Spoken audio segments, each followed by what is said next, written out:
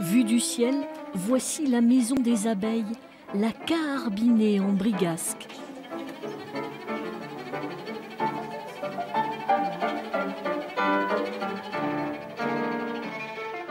Nous sommes dans la vallée des Prés, dans un rucher traditionnel construit en pierre sèche à la fin du Moyen-Âge par les bergers. Il y en avait une cinquantaine sur la commune de La Brigue. Elles avaient plusieurs fonctions.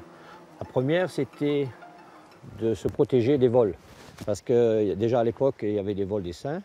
Ensuite, des ours qui venaient piller à l'intérieur. Ensuite, la deuxième fonction, elle est d'ordre climatique.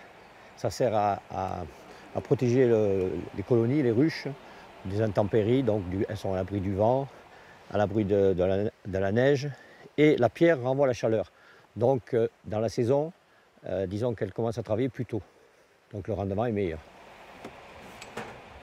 Ancien professeur, aujourd'hui apiculteur, Robert Alberti a voulu renouer avec la tradition, redonner vie à ces ruchers, une spécificité de la Haute-Roya. Même les méthodes de récolte sont atypiques. Les essaims étaient mis dans des troncs d'arbres creux, qui étaient évidés, et qu'on appelait des brusques. C'est-à-dire que les cires n'étaient pas droites, donc il y avait des difficultés pour extraire le miel comme on l'extrairait de nos jours. Donc ce que faisait l'apiculteur, c'est que toutes les années, il sacrifiait un certain nombre d'essaims parce qu'il était obligé de tuer les abeilles pour avoir accès aux cires qui étaient pleines de miel. Et après, pour extraire ce miel, il le pressait dans un linge. 3 ruchers ont déjà été restaurés.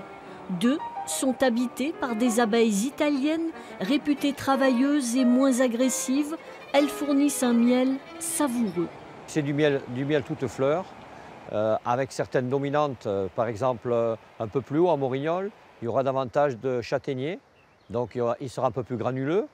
Dans notre vallée, dans la vallée des Prés, il y aura de la lavande, de l'acacia, du tilleul. Et ici, vous voyez, il y a des châtaigniers, des tilleuls, des fleurs des champs. Voilà. L'an dernier, les abeilles des maisons de la Brigue ont beaucoup travaillé. Elles ont fourni à la vallée plus de 2 tonnes de miel.